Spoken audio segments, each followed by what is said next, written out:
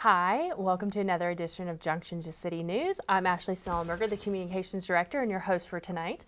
Today we have Regina Mahoney, who's our City Manager, who is going to be discussing the proposed FY26 General Fund and Capital Fund budgets. Regina, thanks for being here today. Awesome. Thank you so much for hosting. Yeah. So let's start off by explaining to our viewers kind of how the city develops our general fund budgets. Awesome. So, so we start out really with the council giving some overall direction and guidance on policy or either percentage goal.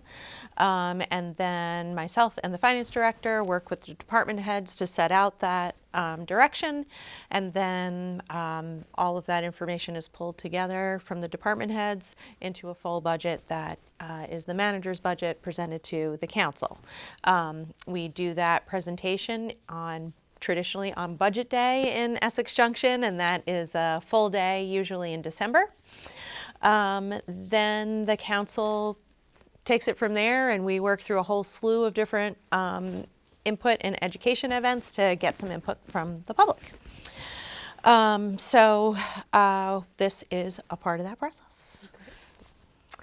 All right, so let's move forward and look at what this proposed general fund budget actually, where it stands today.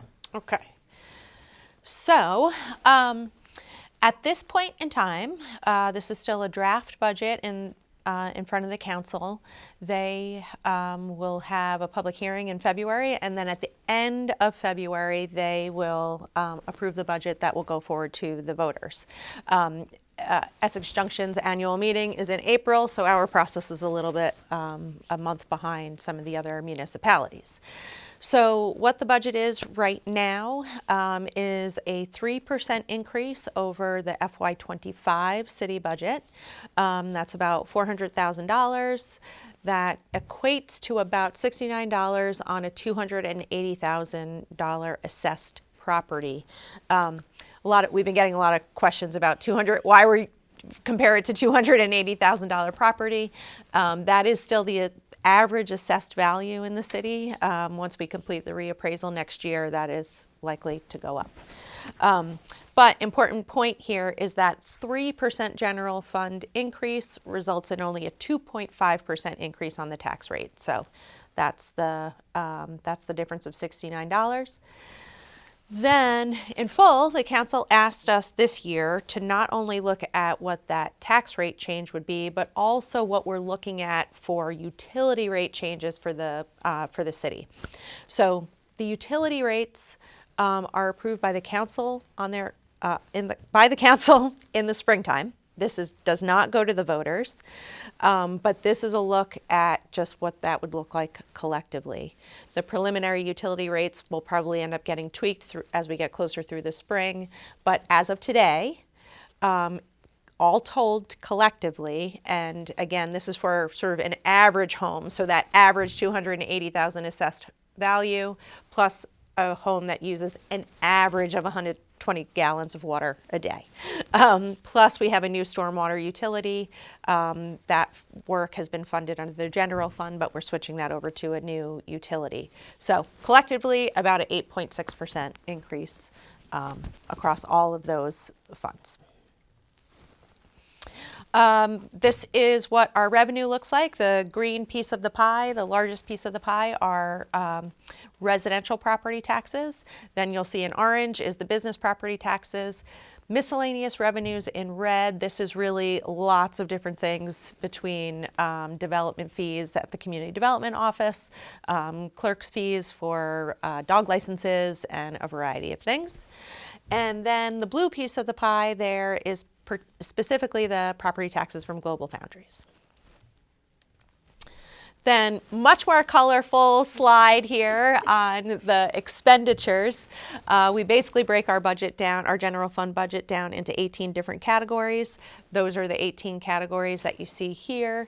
I'll point out the largest piece of the pie is sort of the mint green. That's the Health and Human Services, and really that's the Police Department and Essex Rescue for the most part.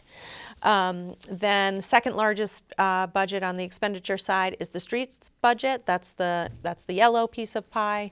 Then following that is the admin side of the Recreation Department, and then Brownell Library. Good deal. Okay, so we mentioned those 18 expenditures. Let's look a little bit deeper into those and talk about some of the bigger changes that might have happened in those departments. Okay. So this year was, the staff really did a great job of trying to hit that 3% target that was set out for us by the council. And considering our human resources is our greatest asset, and we have a 4% salary wage merit increase in our contract for FY26. So really we're able to both achieve that, but also hit that 3% goal. So it is a tight budget in other places, but we're feeling pretty confident about it.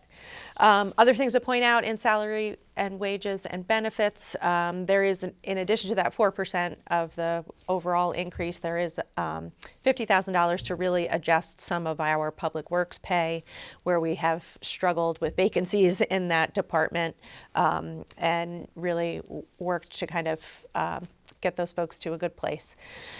We, like everybody else, have a very expensive increase in our health insurance at about 18% for calendar year 2025. So this budget includes that as well. One thing to point out is that with that new employee contract that we have, staff are also starting to pay an increase in that health insurance premium. So that is helpful. In the administration budget, we are looking at a shared equity policy advisor with CCRPC and some other municipalities. This $25,000 is included in the Essex Junction budget. It is also included in the City of Winooski's budget, but not in some of the other budgets. It was just too tight to try to get that in. So we'll try to figure out over the coming month what that looks like for us on the city side. In the clerk's budget, just pointing out here that we'll hopefully be in our new space at the 2 Lincoln building once it's renovated, and we'll need some vault shelving, which will be covered from the Records Preservation Fund. Software, all city software needs and employment insurance and all of that stuff is in the finance budget. We took a look at the IT budget and we're able to do some reductions based on computer replacements for FY26. The assessing budget is one of the 2 budgets that we do still have shared with the town. So that budget increased slightly, $6,500 for continuing those shared services with the town. Community Development Department, some changes in that budget really are trying to just put ourselves in a good place to get some additional grant funds. So the match for those funds has been included there. Economic Development budget, this budget was zeroed out in FY25, so our current fiscal year. It is also zeroed out for FY26, but we do not want to lose sight of it and hope we can build up that program again in the future. Fire, the payroll has increased there for increased call volume and training. Health and Human Services, that's again where you see the Police Department and Essex Rescue, so that increase there is for those departments. County and Regional, so this is where you see the Green Mountain Transit, our bus service, and we have included in Essex Junction the special assessment request from Green Mountain Transit, which is really intended to help them address their funding gaps that they've got. Also in this FY26 budget, we have restored funding for GBIC, which funding came out for them in FY25. So that's good that we're able to get that back in there. Again, the streets budget, there is an increased in pay in the streets Public Works Department, but the Public Works Department is paid for through multiple different funds, enterprise funds as well as general fund. So the general fund streets budget actually looks like it goes down a little bit, only because some of that cost is shifted to the other departments where they're really spending time.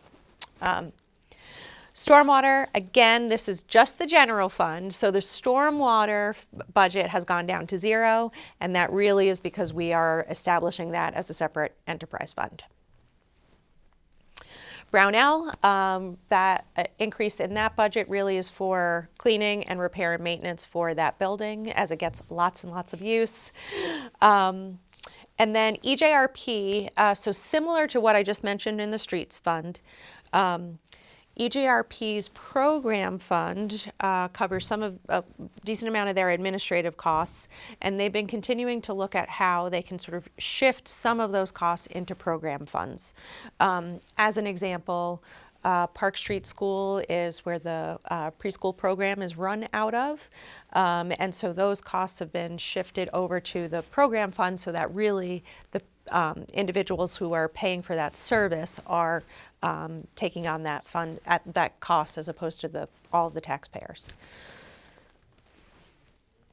Buildings, there's a general increase in cleaning and professional services just to keep up with those demands in our buildings. The debt has gone down a little bit, and other things to just point out on this slide, we have a robust capital planning effort in Essex Junction. We have for quite some time. That program is funded by the general fund each year, and it not only is funded by the same amount every year, it increases every year. So this budget has $84,000 increase in the general fund moving forward. We also have been working on trying to sort through our unassigned fund balance. So really this is an emergency. It really ends up being what we, when you look at our expenses and our revenues each year, what's not spent, what's left over. In that fund, we only have about 1 month of expenses if we needed something catastrophic happens and we need to access those funds. So the City Council is planning to more proactively try to fund that account, and so this budget has about $110,000 to try to solely increase that.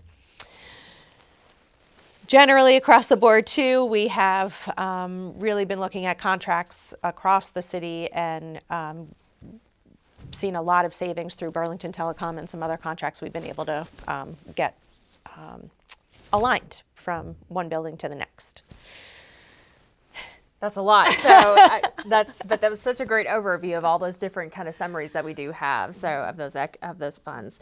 So another funds that we do have is the local option tax fund and then the economic development fund. And those are two funds that our residents obviously have voted on and approved for us to continue. So can you give us a summary of what those funds look like right now? Yep. So the local option tax, that is essentially an additional 1% sales tax in the city of Essex Junction. And that we have started this in 2022, so we still don't have that many years of data, but it's looking like we will expect to get roughly $900,000 a year. And the City Council has set out a policy that this revenue source will be used for capital, and specifically 25% of it used for sidewalk improvement and maintenance. So that's what that's there for. The Economic Development Fund has been in place in the village, now city, for much longer. And just last year we asked the voters whether they still want to keep doing this, and they do. So this is also capital funding, but really specifically focused more downtown and intended to be help spur economic development.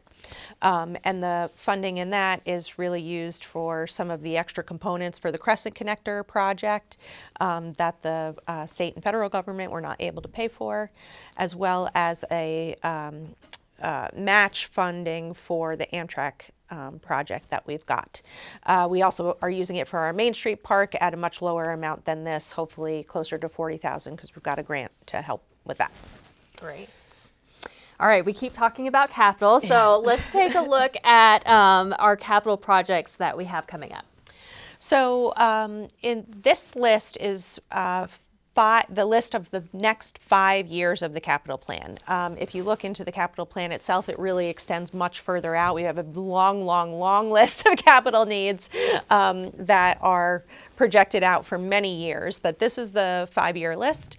There's a number of different things on this list, and really this can be subject to change because it depends on what those actual construction estimates come back at once we get ready to go, and a number of other different things that can come into play to either shift some of this work. But a couple of different water line projects and roadway projects, as well as some equipment stuff at the fire department.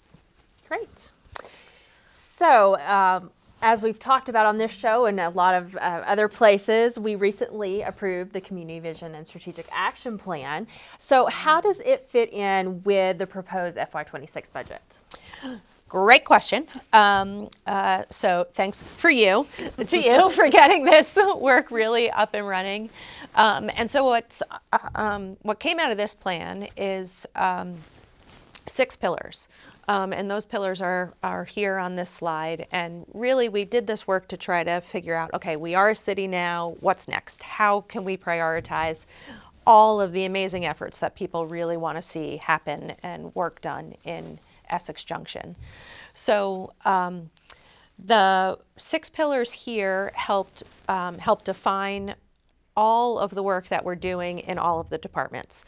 And essentially, the department heads were able to define all of their ongoing work based into these 6 different categories, as well as identify other actions and work that we want to do to help achieve these that just need a little bit more effort. So as an example, Pillar 3, Economic and Business Development, we do have a number of different projects, like I just mentioned, from the Economic Development Fund, like the Amtrak renovation project, as well as the Main Street Park.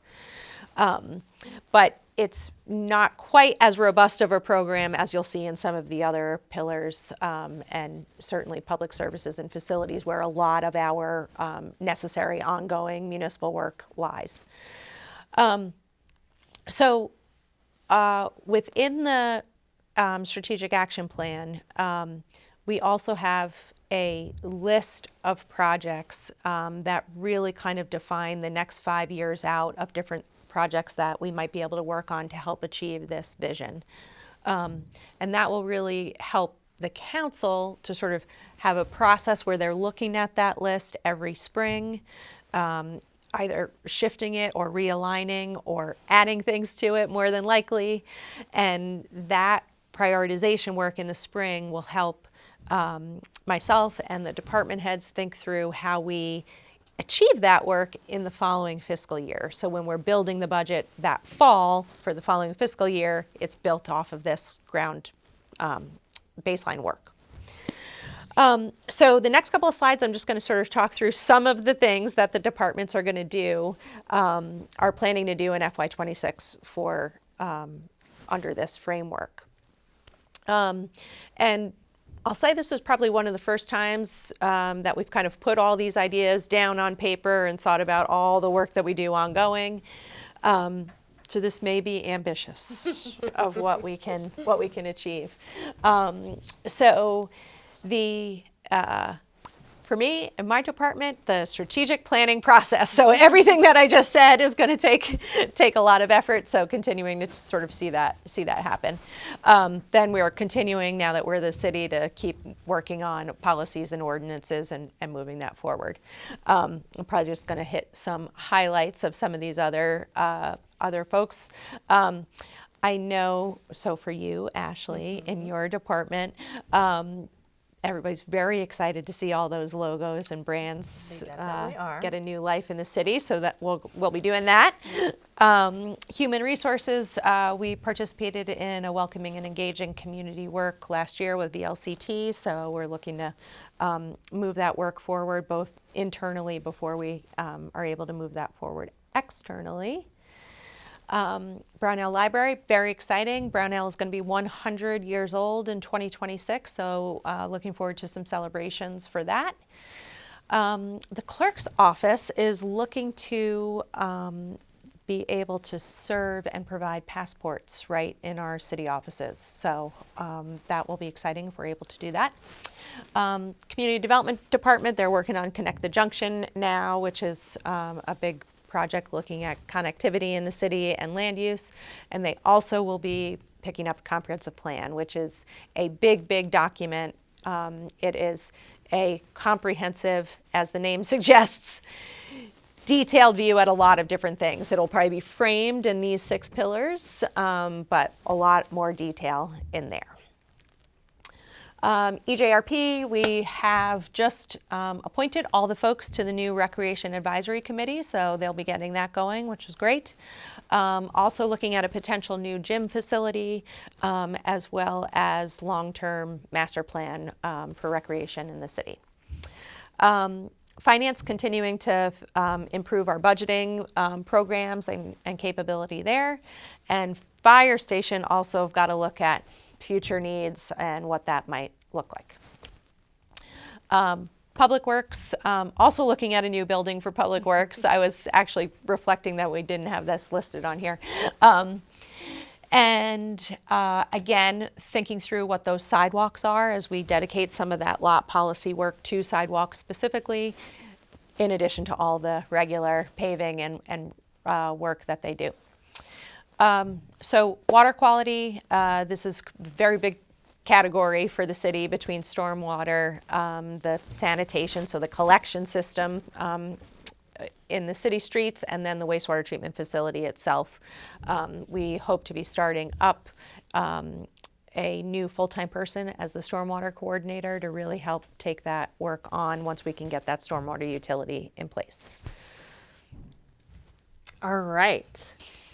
So we've been doing all this engagement. This is one of our engagement ways that we're engaging with the community about the budget. So can residents still provide feedback? Yes. So here on this slide, we've got a couple of different opportunities where we're going to be out in the community. Council members and myself, or you, will be out in the community at some of these events. And particularly on February 12th, that is the regular council meeting where we will hold the public hearing for the budget. And really, that's intended to be sort of like the last collection point for input on what can be changed in the budget, because at the February 26th budget meeting, the council will just be approving what's going to go in the ballot. Okay. So what are those next steps leading us up till annual meeting? So on February 12th, the council will have their public hearing on the budget, but then they'll also be looking at other items on the ballot itself.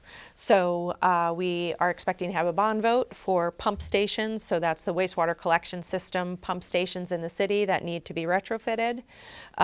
That work is, those pump stations are shared with the town. So that expense will not be all on city residents. We also, for the first time on the city side, have a Champlain Water District representative member that folks will be voting on for themselves. Then these are our deadlines for petitions. Submitting petitions of ballot questions to the city is February 21st. March 3rd is our deadline for nominating petitions. Then we will have our informational hearing on March 25th. And voting day, our annual meeting, on April 8th. All right. So we just went over a ton of information. So where can people find more information? Look at the full budget, find out those engagement opportunities. Where can they find that?